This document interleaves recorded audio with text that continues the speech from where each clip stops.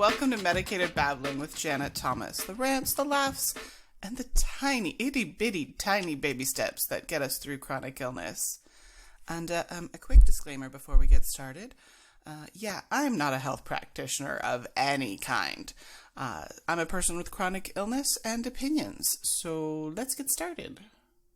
I was reminded the other day that not everyone in chronic illness land knows about spoon theory, which confuses me, because I think everybody knows about it, but, I shouldn't be shocked. There's too many things in this world to know about. I can't know them all. Why do I expect other people to know what I know? Anyway, that's a whole other topic. But yeah, there's people who got diagnosed recently that probably have no idea about spoon theory, or even just people that have had chronic illness forever. But I don't know about you, but chronic illness is super isolating. So yeah, if you haven't tapped into the community, I can totally see how you'd miss this one. It took me a while to tap into the community, and even then I'm not very good at staying in touch or being active all the time. We've already established I have a love-hate relationship with social media and stuff like that. Enough about me. Back to spoon theory. It started with a conversation between friends, and you know how it's hard to explain to someone what it's like to have a chronic illness? Like, you can explain technically, or they could know the symptoms or whatever, but to really explain it in such a way that they get it, like really get it. So that was the situation that Christine, and I'm sorry, Christine, the last name, I'm bad with names. Miserandino? We're going to go with Miserandino. I guess it could be Miserandino. I'm sorry, Christine. Can I just call you Christine for the rest of the thing? Anyway, she was out to dinner with her friend. And her friend was, like I said, she was really curious. She wanted to know what it was like to live with lupus, which is what Christine has.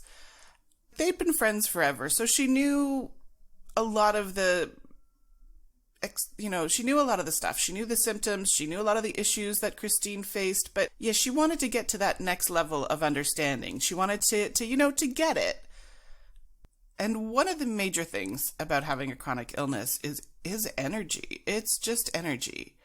We have to spend so much time and brain space figuring out how to manage what little tiny, minuscule amounts of energy we have. And that's what she did with spoons, which is why it's called spoon theory. See what she did there? She's smart. Anyway, she needed something to represent the amount of energy a person has, and she wanted something tangible that her friend could physically hold, and that way she could viscerally feel it when she had to give away the energy, or spend her energy on different tasks. And since they were in a restaurant, there were spoons around. There were spoons on the table, there were spoons on neighboring tables, so she gathered up a bunch of spoons and gave them to her friend. So cool. Already off to a great start. We've got something tangible. It's all good. This is great. And she did a lot of super smart things in this conversation. Honestly, go read the post. It's awesome. I'm not doing it justice, but we're still going to go through quickly. So one of the other smart things she did was she didn't just say, okay, I'm going to take 2 spoons away for the task of getting ready for work. I don't know about you, but most people I know in chronic illness land, that is not one simple task. You have to break that down. So that's what she did. She made her friend break it down into the small steps that make up getting ready for work. And she also started talking her through how chronic illness impacts every tiny decision in that process. Well, in everything, really. But, one thing at a time. Because, I don't know about you, but I rarely just, leap out of bed and start my day with, birds chirping and bright-eyed and bushy-tailed. It's not, no. Yeah, we have to, check in, see how we're doing that day. Is it a good day? Is it a bad day? How are the pain levels? All the things. Adjust our expectations because we thought we were going to do all of these things, but now we're feeling crappy because we didn't sleep well, and and now I have to take my meds and make sure there's something to eat because I have to take my meds with food. All those things where it's just in every tiny decision, especially when you're getting ready for the day. Because if you don't set yourself up right, it's not good. Yeah, even down to what you wear, and I didn't know lupus gave you bruises, but, that's something she has to take into account when she gets dressed. Maybe it's a long sleeve day, because there's bruises all over her arms. I personally don't have to worry with, the physical dexterity in my hands, can I wear something with buttons today? Because can I do them up or not? For me, temperature is a huge thing. That's always a consideration. oh, and all the things I need to take with me. Like, you don't just pick up your bag and go. I have to make sure I've got my meds are in my bag. I've got snacks to take with the meds. I've got water. I've got ginger chews. Like, it's not really as simple as just get ready to go. And I thought this was all just really smart. It gave a really good illustration of what the mental load of always thinking about your chronic illness and having to factor it into every decision. I don't know. For me, I always see Mad Eye Moody from Harry Potter, you know, his constant vigilance thing. Like, you can't let up. You always have to be constantly vigilant. There's never a break from it. Anyway, so back to spoon theory. So her friend lost half her spoons just for getting ready in the morning. And, well, that's not every day for me. I can totally relate.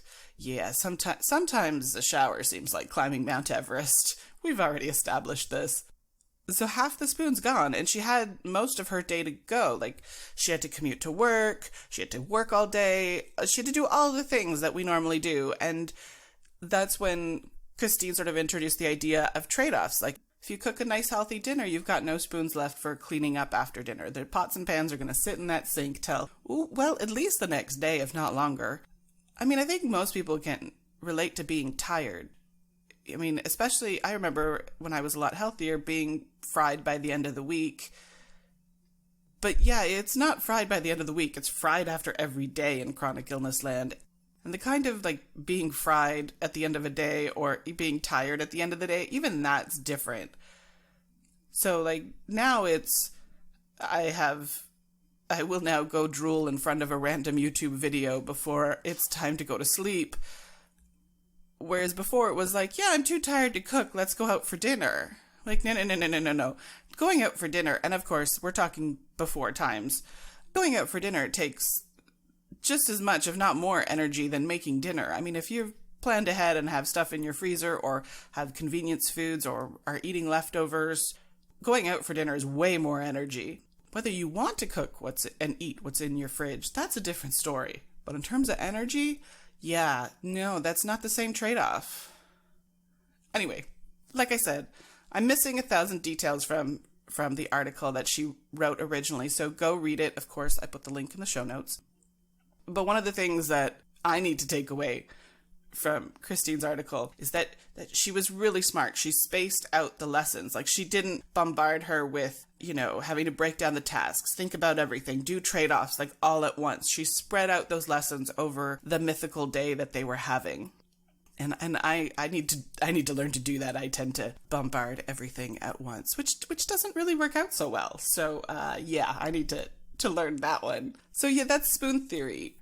She used the spoons to represent the energy you had in a day, and she took the spoons away as the day went on. It was a perfectly fine article, and it's blown up into, like, Spoonie hashtags, and it's just a thing. It's amazing. And one of the things I'm super impressed with the internet about is that when there's articles written about it, Christine gets the credit for it. Like, I mean, I'm not sure that everyone who uses spoon theory or the term spoonies knows it was her, but if they did any sort of Googling or looking into it, they would find it out pretty quick, which I think is awesome. So many times that just gets lost as to who came up with the idea. And I personally, when I'm sort of visualizing the energy that I have compared to other people, which I know we're not supposed to compare ourselves, but yeah, we all do it. Anyway, is that, yeah, like a little kid, they have an ocean's worth of energy, and I think adults probably have a good-sized lake worth of energy. And in chronic illness land, yeah, I mean, a good day is a small pond of energy, at least for me. And then on a sort of bad day, I'd say I'm down to a puddle. Just a tiny puddle of energy. And yeah, on the really bad days, like, it's just a fucking tiny thimble full of water, and that's what you gotta deal with. So, yeah, that's the way I sort of see it in my head. But, I mean, spoon theory is great. I mean, it's given us a shorthand so we can talk about this stuff quickly, especially between people with chronic illness. I mean, you don't have to explain everything. You just have to say, it's a low spoon day, or I'm all out of spoons. And people who know, they get it. You don't have to keep explaining. And I think, and that's pretty amazing. So yeah, I think I'm going to wrap it up there. Like I said, go look at the article. She goes into much more detail. I'm not going to just rehash it here. So yeah, I think that's enough for Spoon Theory. Let's go on to a dash of happy. It's just this cute little thing that happened. I was on a walk and there was an older gentleman with a dog that was, I don't know, pretty high energy dog. And it was very cute because this dog had figured out how to maximize the most amount of fetch playing time they could get out of their owner. Okay, how do I explain this? So the gentleman was standing on the parking lot. Gentleman was standing on the sidewalk, and there was a little hill right beside a little grassy hill right beside the sidewalk, and the dog was up on the little hill, and the owner would toss the ball. Dog would catch it, and I was really impressed with the dog's accuracy. I see so many dogs in the dog park just completely miss, but the dog would catch it and then line up with her owner and then put the ball down, and it would roll down the hill right back to her owner's feet, and he would just bend down, pick it up, and toss it again. And they were so happy. I don't know who trained who to do this, if the dog figured this out or if the owner managed to train the dog, but it was just awesome. He was just standing there chilling, and the dog was doing all the work. I thought it was very funny and very cute. I hope this translated into an audio medium, but it was a moment. It was very cute.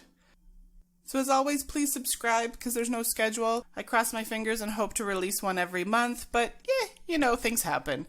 Please rate and review because algorithms, social media, pretty much find everything on Medicated Babbling. You can probably find it on Twitter.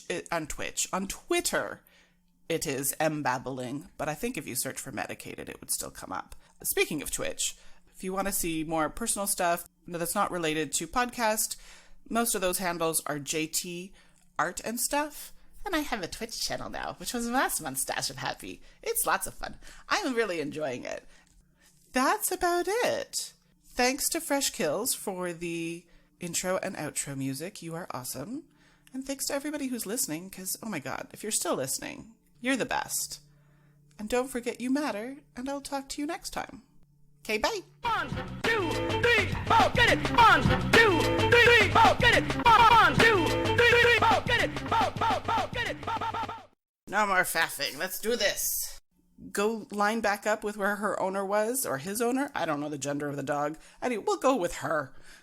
Yeah, I think we're good.